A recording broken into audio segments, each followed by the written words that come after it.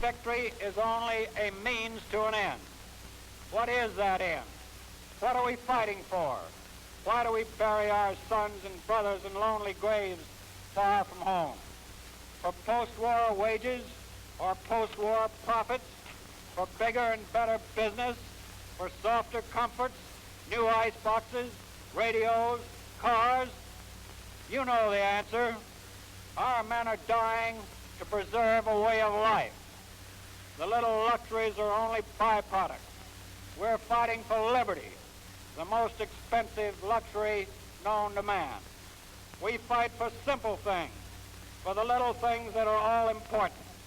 We fight for the right to lock our house doors and be sure that no bully with official sanction will break the lock. We fight for town meetings, for the soapbox in the public square, for the high school debating team, for open doors to cathedral and church and synagogue. We fight for schools built on a foundation of books, not bayonets. We fight for the country editor and for the metropolitan daily and for the editor's right to say the wrong thing if he thinks it's right. We fight for the right to organize for any decent purpose, for labor, for employers, for the Grange and the Legion and the Ladies' Literary Club, and for lodge meetings and full regalia on Tuesday nights. We fight for our candidate for sheriff, and for the other fellow's candidate, and for the right to be sorry we elected him and to say so. We fight for free radio, for the right to listen to what we want and to turn off what we don't want. We fight for the right to work at jobs of our own choosing, to read the books we want to read, to listen to music that pleases us without regard to the race or the nationality of the composer. We fight for the high privilege of throwing pop bottles at the umpire. Now, for these things, we fight. These rights, these privileges, these traditions are precious enough to fight for, precious enough to die for. They're not easily won. They cannot be acquired by half measures or on half time. Dollars will not buy them. They cannot be attained without sacrifice. Let me remind you that Tom Paine's words are as true now as they were that snowy night beside the Delaware. Paine wrote them on a drumhead with a stub of a pencil. Let us write them in our hearts indelibly. I quote, "These are the times that try men's souls. The summer soldier and the sunshine patriot will in this crisis shrink from the service of their country. But he that stands it now deserves the love and thanks of men and women. Tyranny, like hell, is not easily conquered. Yet we have this consolation with us. At the heart of the conflict, the more glorious the triumph." Thus spoke Tom Paine. His words will give us consolation in our sorrow, strength to combat our weariness, courage to face each new hard day, till peace comes back to the world.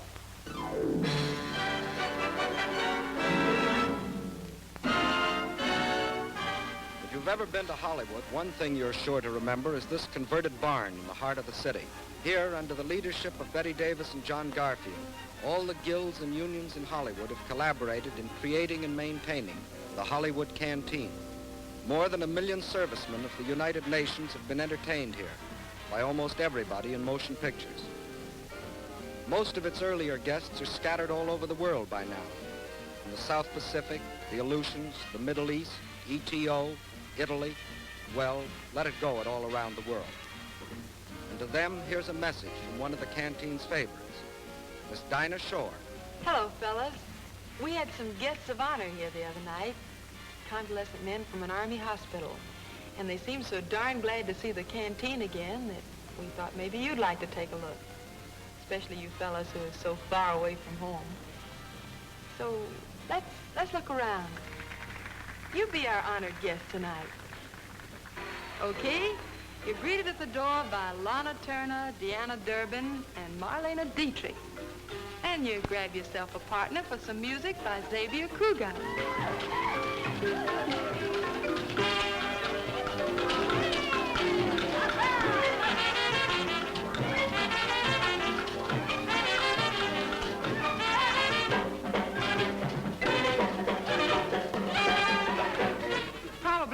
longtime judge and Mrs. Hardy behind the snack bar.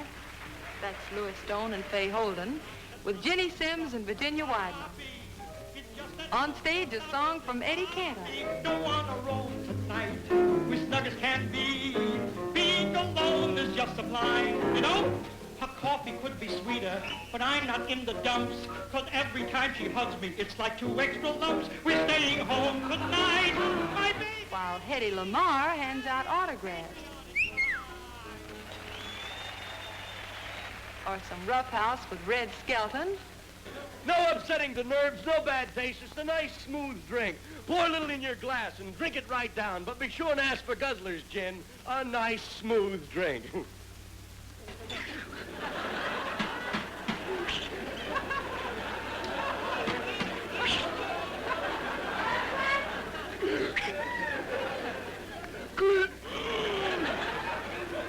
Guzzler's gin, Fay. Drink a little after dinner. Drink some before, you won't have to eat any dinner. Or more roughhouse with Jimmy Durante. What a racket he's got with that stick. That's a politician's job.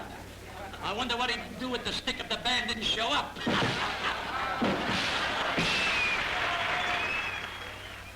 Fellas, many people from Hollywood are visiting the men at the front.